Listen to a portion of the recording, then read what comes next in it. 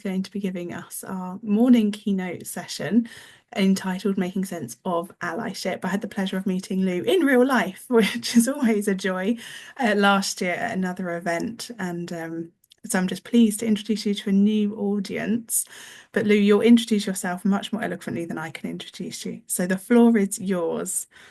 Thank you, Abby, and good morning, everybody. Thank you so much for having me. I'm going to attempt to share the right screen because I have many. And whilst that's loading up, because anytime I try and do anything new with my laptop, it decides to close down. So hopefully you can all hear me. You can see the slides that I'm sharing. Yep, all good. Wonderful. Thank you, Abby. So, yeah, good morning. I'm Lou. My pronouns are she, her, and I am a people and development consultant for Atkinson HR. I wasn't when I met Abby last year. I had been running my own practice for 5 years as a people and culture and relationships coach and consultant. It's only been 3 months in my new role and I forgot my old one already. And the area that I specialize in is allyship. So supporting people who want to make social change. And so I'm going to share with you some of my work that's kind of culminated across my career.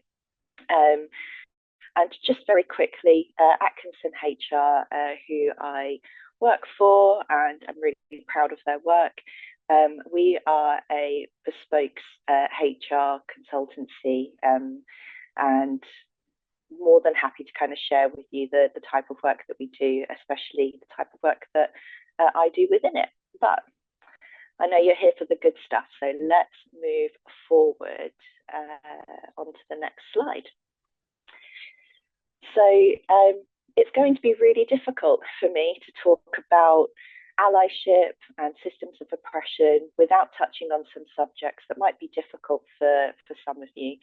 And so this is just a content notice to say that if there's anything that comes up that might be difficult, the team have already kind of talked about different ways of engaging. So rather than kind of repeating that, just reassuring you that how you want to attend to this part of the day and my session, it's all okay too.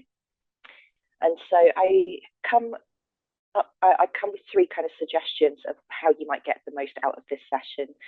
And the first one is about showing up with your curiosity, which I know that you are already here for. You've got the whole day of being curious. As we talk about some subjects, and I will warn you, I'm a philosophy nerd, so some of that is going to come out today. And so there's no right or wrong. It's about piecing together what we know collectively. And so please do feel free to ask questions. I will try and make some time at the end of me talking at you for a long time to engage in the conversation. That's always my favorite bit. The next element is to come with compassion. I know that you are a compassionate group for others. It's why you're amazing at what you do.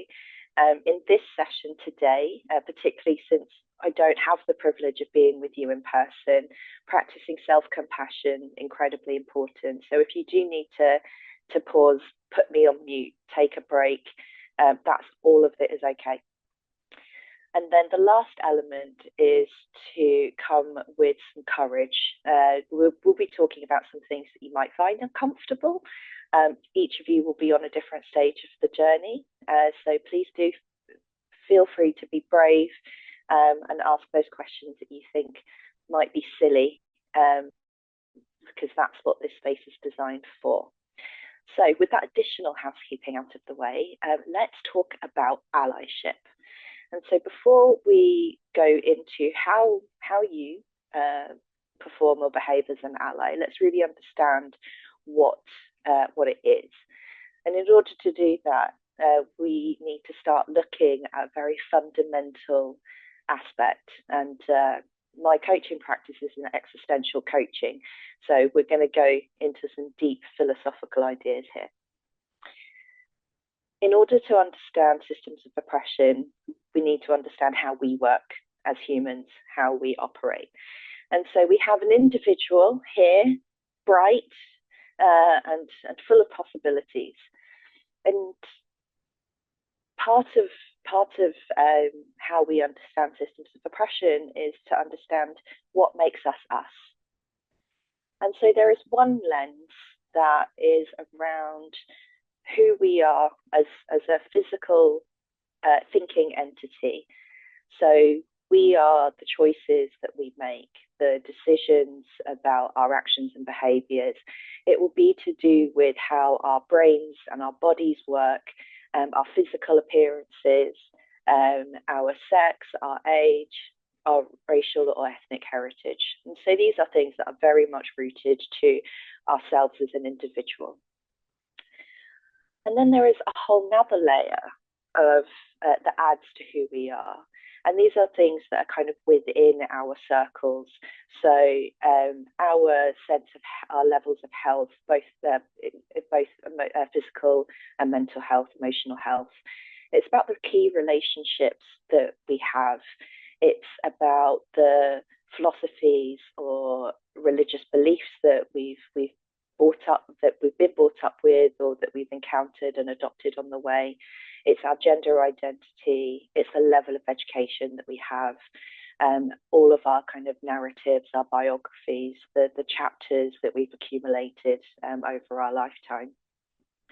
And so these are the things, this level are the things that we interact with as a human in the world. And then the next layer are the things that are societal. And so the big systems that then impact the world around us, how we live in. And so that might be to do with the climate that we've grown up in. So for those of you who have been born and brought up in the UK like me, you know, we're only built for temperate climate. We're not built for extremes. It might be the political landscape that we live in. It might be to do with the generation that we belong to and the events that have kind of formed our stories, our narratives, the kind of social and legal environments. And so we've got these larger systems in play. And so when we start collecting all of this together, we can start to identify that we are made up of a lot of things. And influenced by many things. And one of the things that we try and do as human beings is that we try and make sense of all of it, especially when there's conflicting ideas or responsibilities, conflicts. And so what we tend to do is that we kind of filter them through an internal system. And so some of us might rely more on our feelings type filter. Some of us might be more logic brained and kind of testing things out in terms of patterns. And so throughout all of this, we're absorbing all of this information internally. And as humans, what we want to do is we want to be able to make sense of in a world that we can operate in. And so we would spot patterns. So whether that is patterns of behavior, patterns of thought, we will then kind of process it through our thoughts and feelings. And when we spot a pattern that we then put out into the world as an action, so whether that's sharing that with somebody else, whether that's to look for information that will confirm or challenge this idea, we formulate it into a belief. And so beliefs are the kind of rules that we've made up about how the world operates. So that might be anything from gravity is real to things like I'm quite hard on myself, or the world isn't safe for someone like me. And so we then kind of use these as the rules of how we believe the world works. And so as we're filtering things through, we're pushing things back out into the world. As you can tell already, and most of us will have definitely lived some of that messy conflict of us trying to make sense of the world. And so here, this image is to kind of represent the kind of the messiness of sense making in terms of our hearts, our guts, and our brains. And so that's just one individual. And even though we want to sometimes, we don't live in isolation. Most of us don't want to. If my ADHD is particularly bad, I definitely enjoy hiding in a hole sometimes. But we live in a world full of other messy individuals that are also trying to make sense. So the key relationships that we have, the students that we teach, other educators in the space, the media that we consume. And then, of course, they all then live and operate in a wider world, in a global world where there's lots of people trying to make sense, using the different filters and the informations that we have. So how does this link to allyship? Well, one of the core assumptions that we make as allies is that systems of oppression are real. And so what we mean by systems of oppression, or the definition that I will use and share with you, these are the historically, culturally embedded ideas that are designed to benefit one community over all others. So let's pick on patriarchy today, because that's my easy go-to on a Saturday morning. If we look at patriarchy, that is a system that is designed to benefit cisgendered men. And you'll see within patriarchy that there is a hierarchy of kind of where people will sit within that. And so we have one system of oppression that exists, that is embedded in and influences all of these different systems that we've talked about. And so here in the next slide, if it loads, hopefully, you'll see that I've represented the lens of patriarchy with this foggy colour. But of course, patriarchy isn't the only system of oppression that we deal with, or that some of us experience. There will be a different system of oppression. So that might be white supremacy or colonialism. That might be ableism or heteronormativism. And so that's represented here by a slightly different foggy shade. And for those of you who are familiar with intersectionality, you might see where I'm going with the next slide. These systems of oppression aren't considerate enough to just show up one at a time. They exist concurrently, intersecting with one another, intermingling with one another. And so for us, it means that depending on whether we conform to those ideals under those systems of oppression, we might experience the world differently.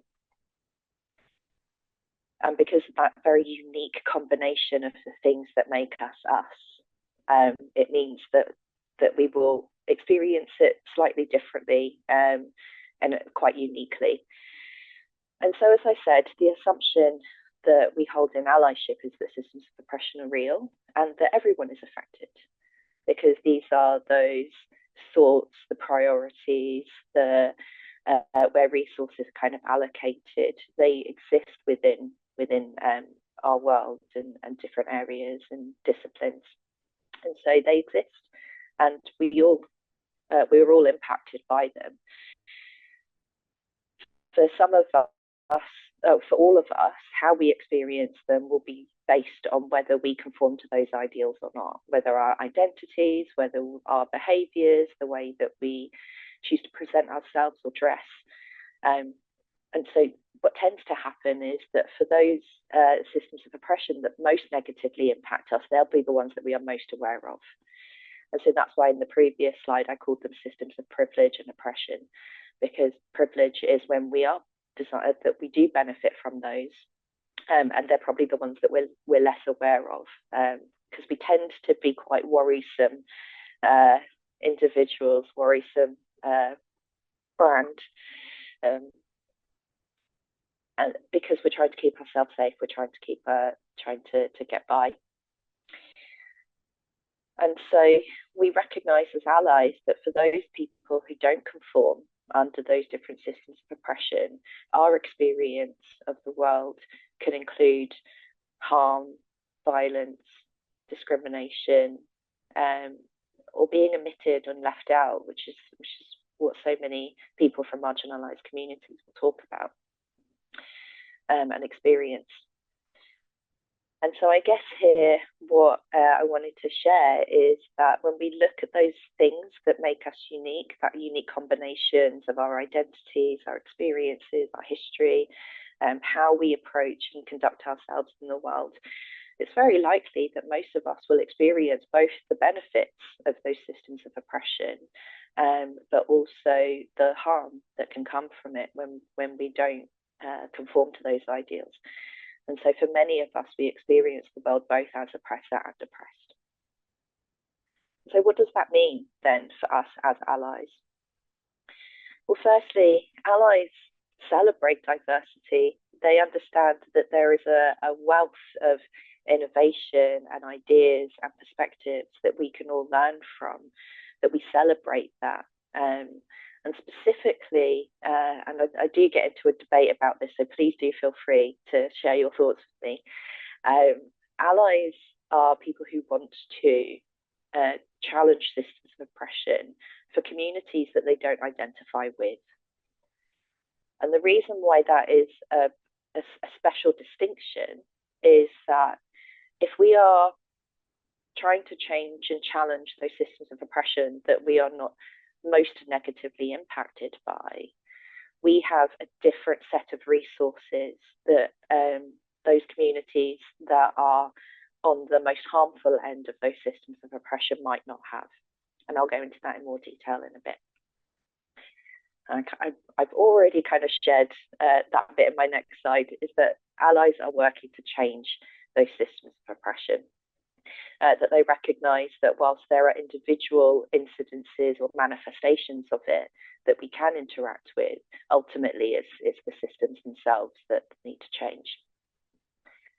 And because of that, and because social justice has been around historically a very long time, and we've not fixed it yet, and so accepting that allyship, like social justice, movement is an ongoing process.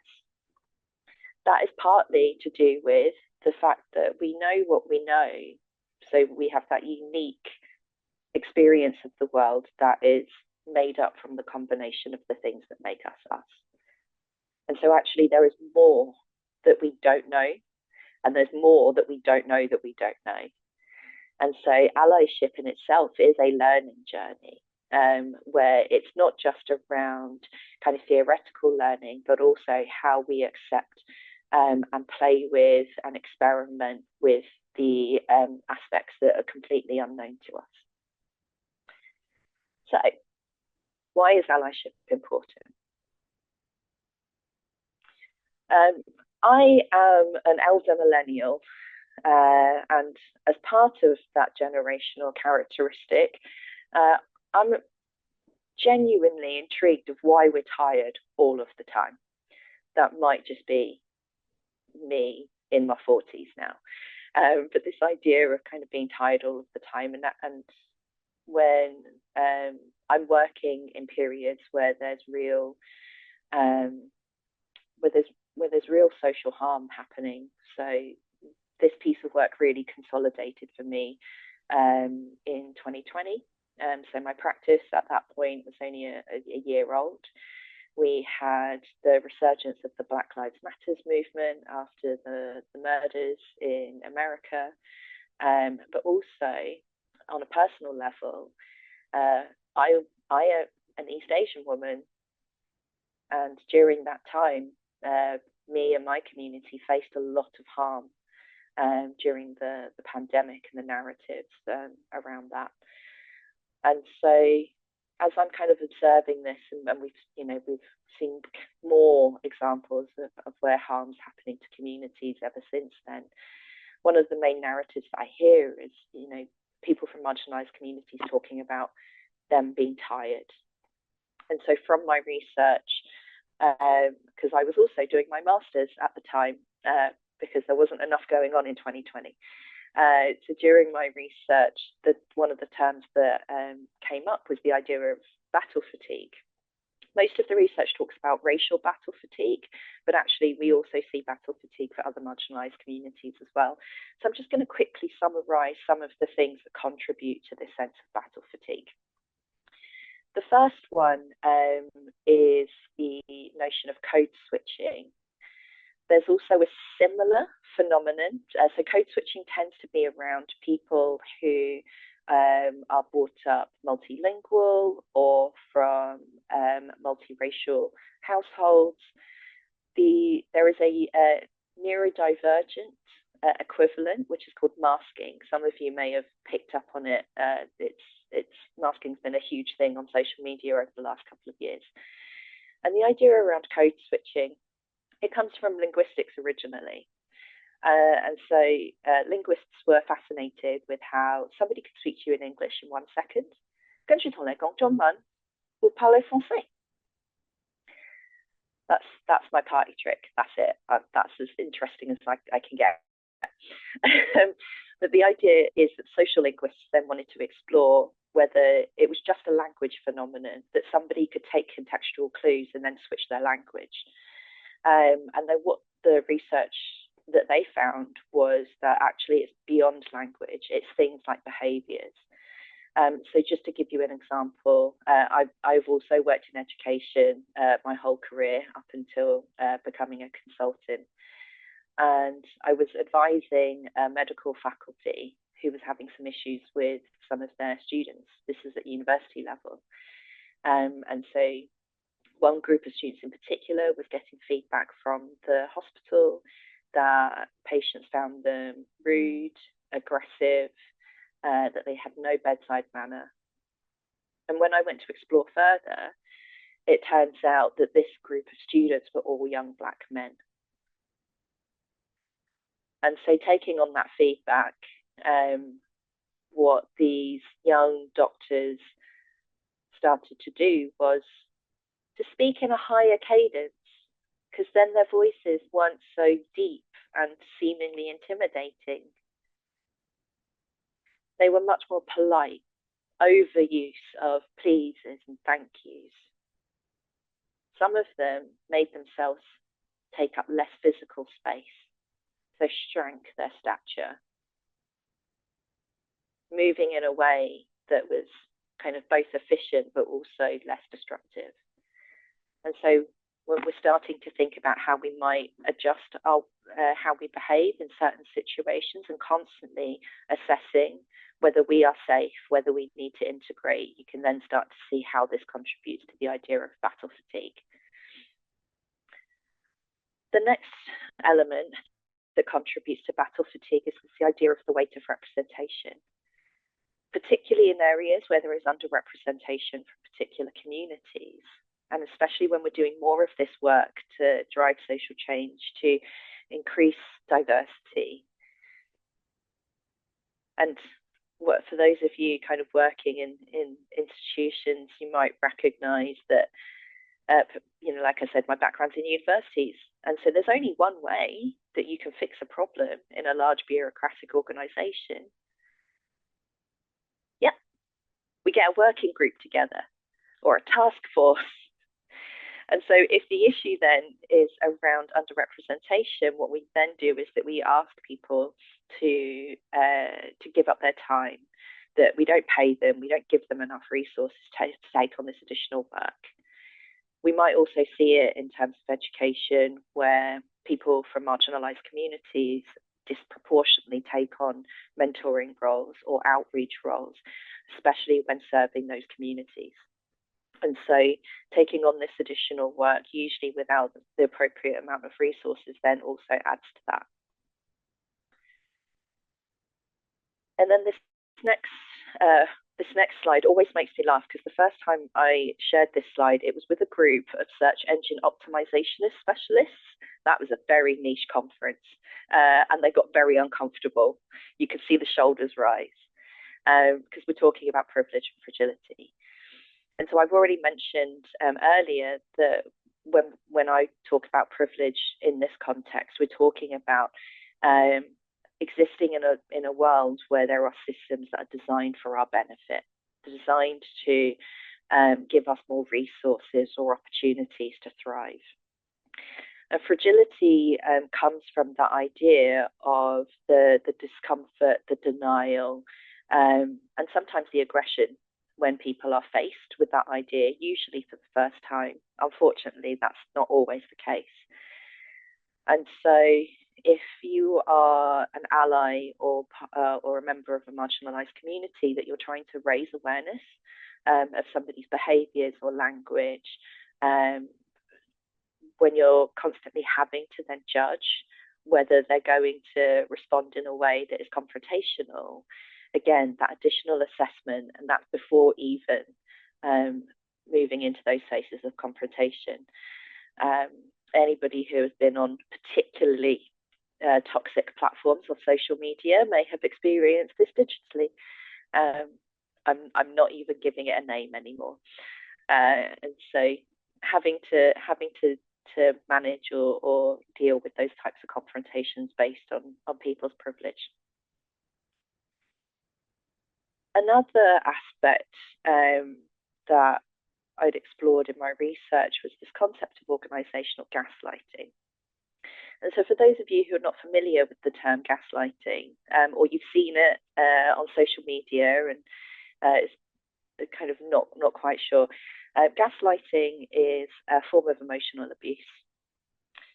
It is when somebody is deliberately manipulating you and your experiences to the point where you're questioning whether that had happened in the first place.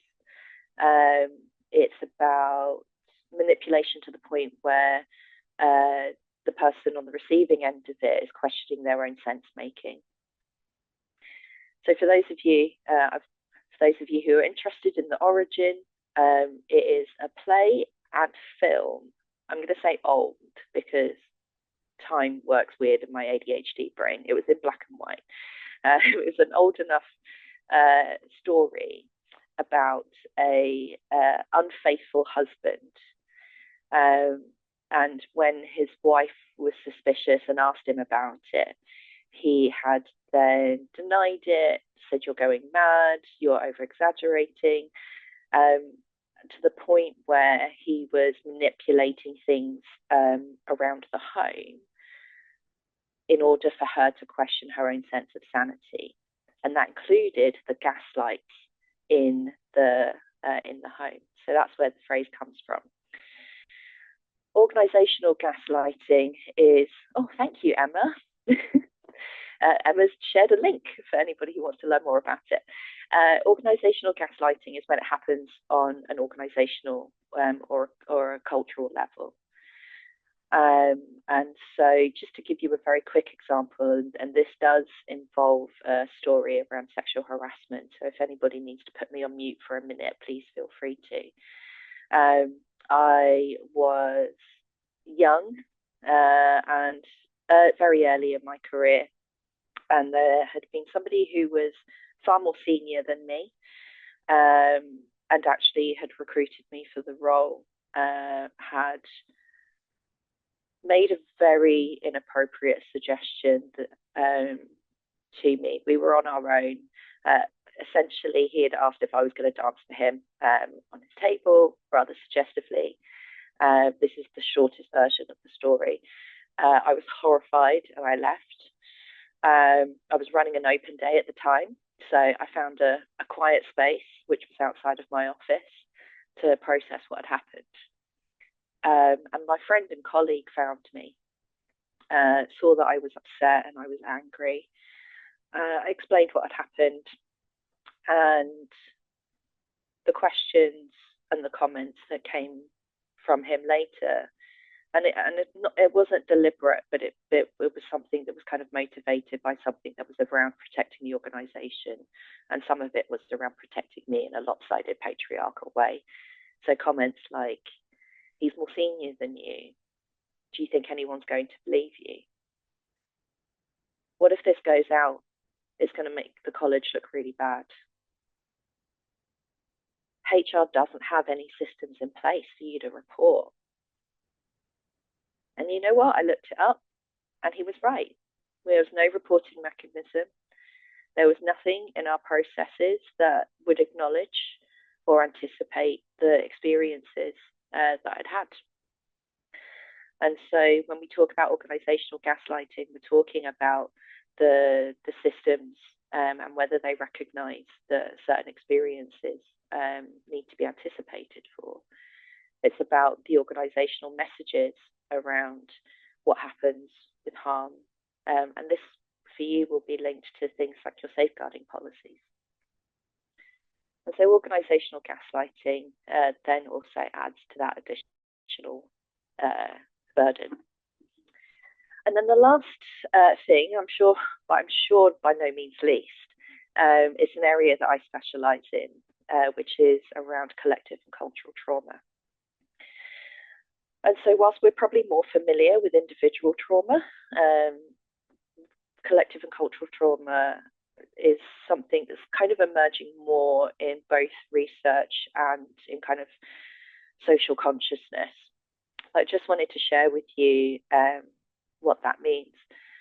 And so collective or cultural trauma is described as the experiences of, persistent experiences of harm that is aimed at a community. And so I think it was around the 70s or 80s when this work emerged, was specifically around Jewish communities. And researchers from all sorts of disciplines were fascinated with how this younger generation of Jewish people across different parts of the world had been sharing and experiencing things that they later diagnosed as post-traumatic stress, despite never having direct experience of the atrocities of the Holocaust. And so lots of researchers, as I said, from lots of disciplines tried to understand and explain it. I am a sociologist, philosopher, so I'm going to go down the kind of social research route in terms of understanding. And so I was looking at how other communities that weren't, so there was a lot of research that was kind of around biological influences, so pregnant mothers and how they kind of transferred that stress on. But I also recognized there were other marginalized communities that had also shared that didn't have a biological link. So people like LGBTQIA+ communities, how they also shared in this sense of collective trauma. And so as I was trying to make sense of it, I'm going to ask you a question to think about. How many of you have had conversations with loved ones about how to get home safely at night? How many of them have been disproportionately with women or people from the LGBTQIA+ communities? And so what I've learned, and through my experiences, which I'll happily share at some point when I have more time, collective and cultural trauma is shared through our way of trying to keep one another safe.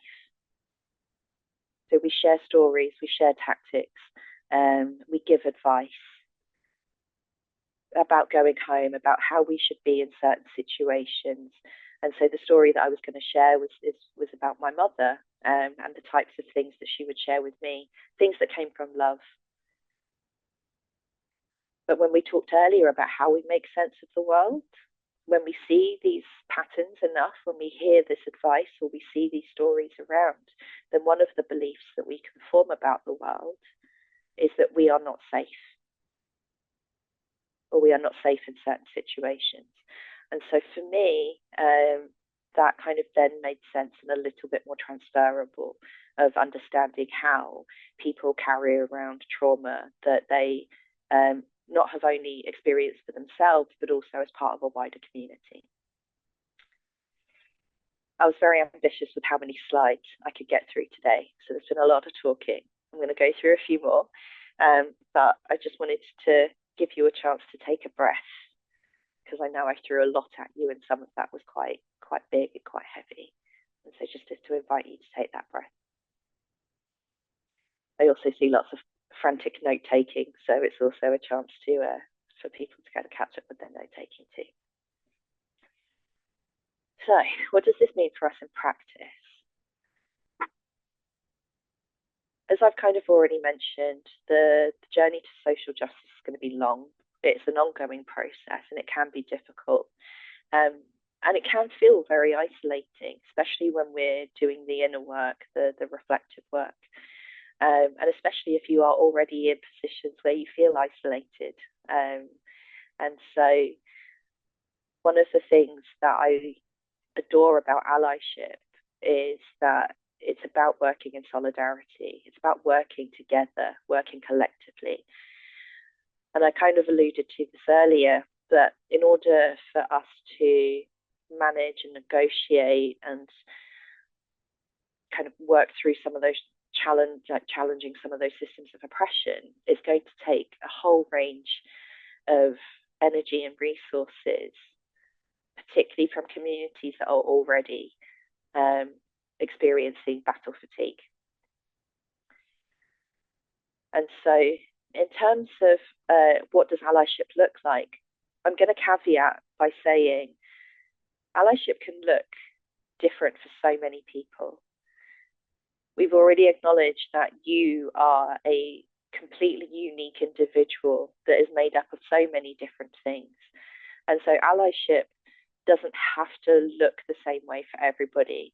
I think there is a tendency to get nervous about activism, because when we think of it, we think of placards, we think of protests, we think of statues being pulled down, and that might make some of us uncomfortable. I know for me, when my social anxiety kicks in, I've done my protest days, but these days I'm probably much more of a hindrance than I would be an active participant. And so, for example, allyship for me is this work that I do. It's the educating others. It's the holding spaces to make sense of it. And so as I talk about what allyship can look like, I really invite you to think about what could that mean for you? What could that look like for you? But there are some key principles.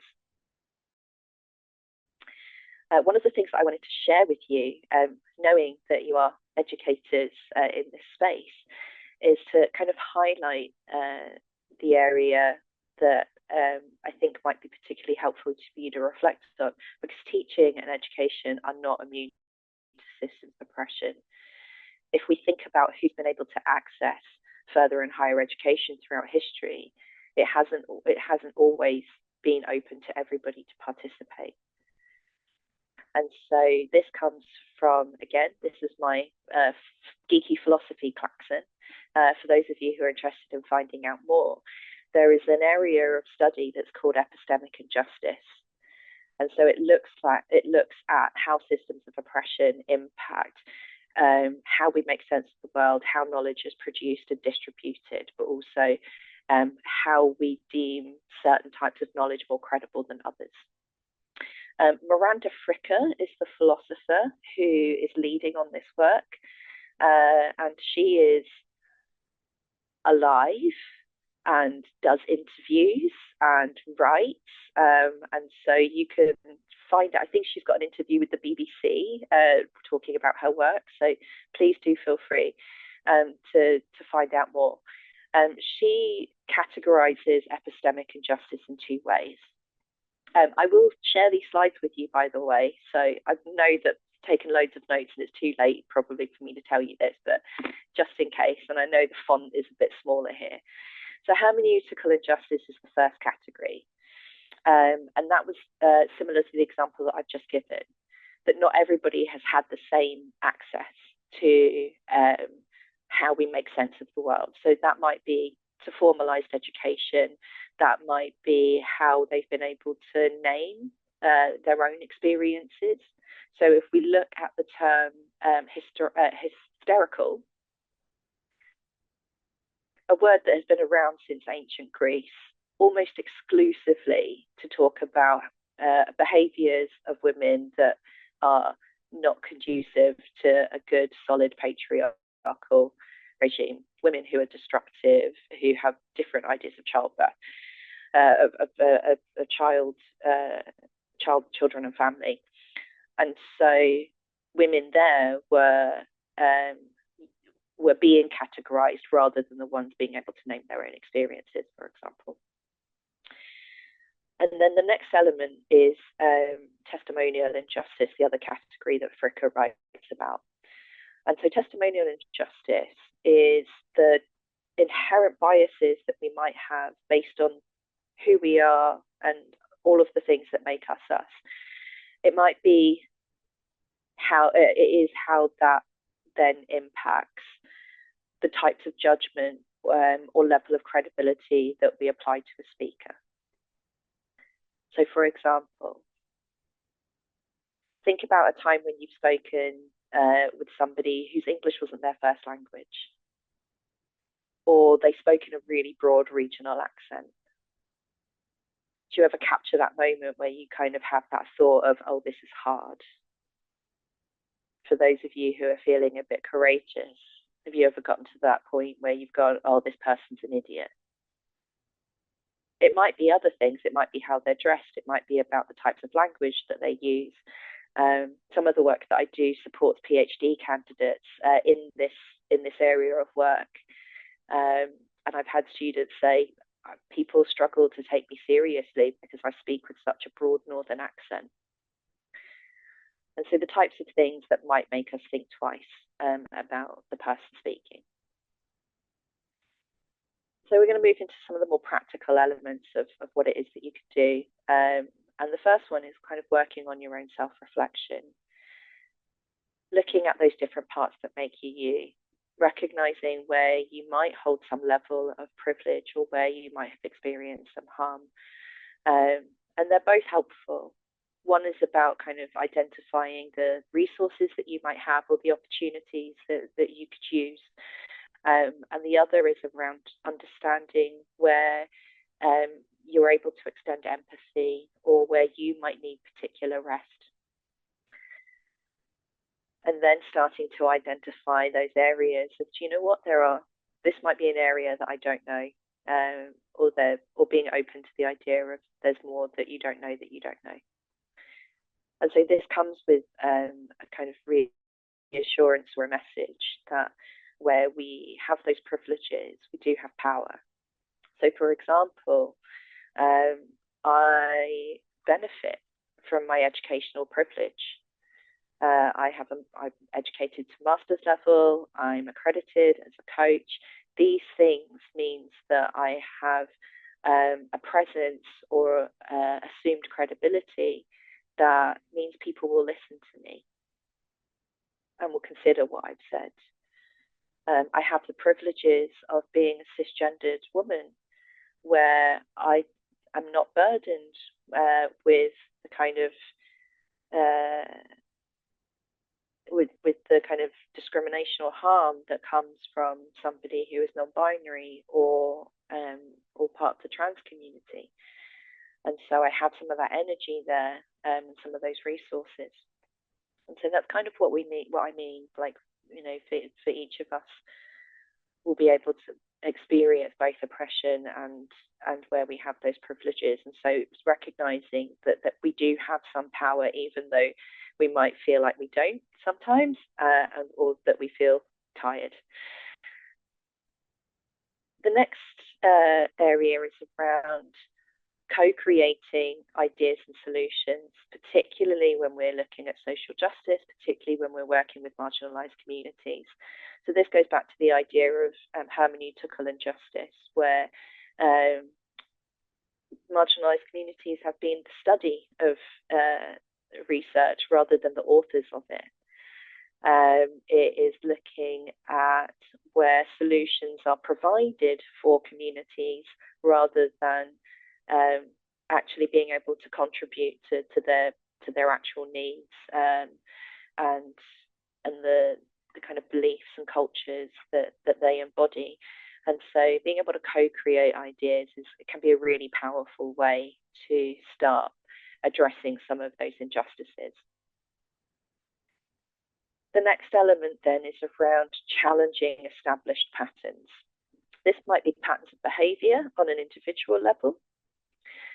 It might be around challenging established processes within organizations when we talked about organizational gaslighting. It might be to do with who you include in your syllabus or what kind of topics that you're including. The researchers or the authors or creators that you're including as part of your offer. There are so many ways that we can change and challenge. And for those of you who are a little bit more nervous around activism, one of the most effective ways that you can change a thought or a pattern of behavior is simply by asking a question. And so if you hear somebody using language that's inappropriate or is targeting a particular community, what did you mean by that? I didn't get it. Is that supposed to be a joke? Can you explain it to me? Interventions and kind of disruption doesn't always have to be big and doesn't always have to be showy. Being able to invite reflection or get people to pause can be really helpful. And then there are 2 more slides and then I'm done. So the first one is whatever your level of comfort is currently, it's absolutely okay. It's then looking at the commitment of what does me being braver, what does me being a little bit more disruptive look like? Some of that work can include trying to learn to sit with discomfort because this work is uncomfortable. We can have a further conversation about that because it's usually the big reason why so many people who want to do more don't.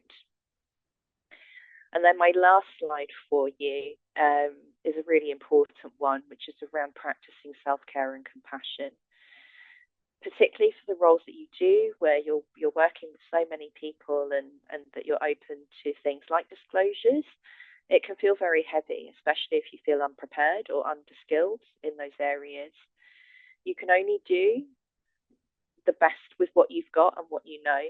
And so it's okay to give yourself a bit of a break. It's okay to take a step back.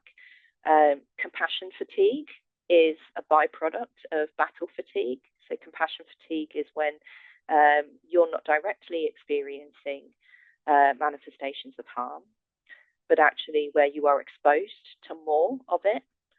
You, particularly for those of you who are empathetic, that then kind of kicks in and you carry that. And so do look after yourselves. Like I said, allyship is about us resourcing ourselves appropriately. And again, I've left very little time for questions, but if Abby allows,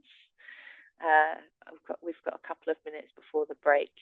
Yeah, absolutely. Feel free to put your hands up if you'd like to talk out loud, or you're more than welcome to use the chat bar as well. And just thank you so much, Lou. There's some things coming in the chat that I'll just catch up on now. And your offer to share the slides as well, I think will be wonderful. But yeah, just saying that you're joining so many threads together for people. And thank you for your honesty and authenticity in the chat as well. I don't see any hands popping up. It may be that people might come to you on email if that's okay, Lou, because I think probably a lot to digest there. Yeah, I always appreciate that it's a lot, and always so keen to give you great quality content that means that there's always so much of it. The other thing to share is if anybody is interested in further resources, I share them on my website, which I'll pop onto the chat. If anybody wants to get in touch, I'll share my details in there as well. Wonderful, thank you. And do take a moment to read the chat if you don't need to rush off, Lou, because just lots of love coming your way. Thank you, everyone.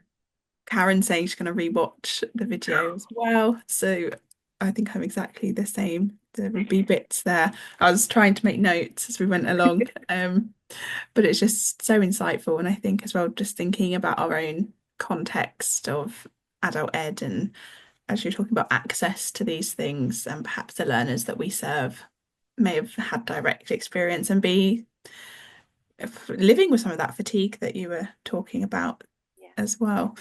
Um, but yeah, thank you so much for joining us. Please feel free to stay for as long as you can, and we'll make sure that your contact details get added to the Padlet board as well, so people can access those after the session as well. Thank Just almost too much to keep up with in the chat there, but you. we'll save the chat as well, and we can send you on any comments or questions that come Oh, thank through. you.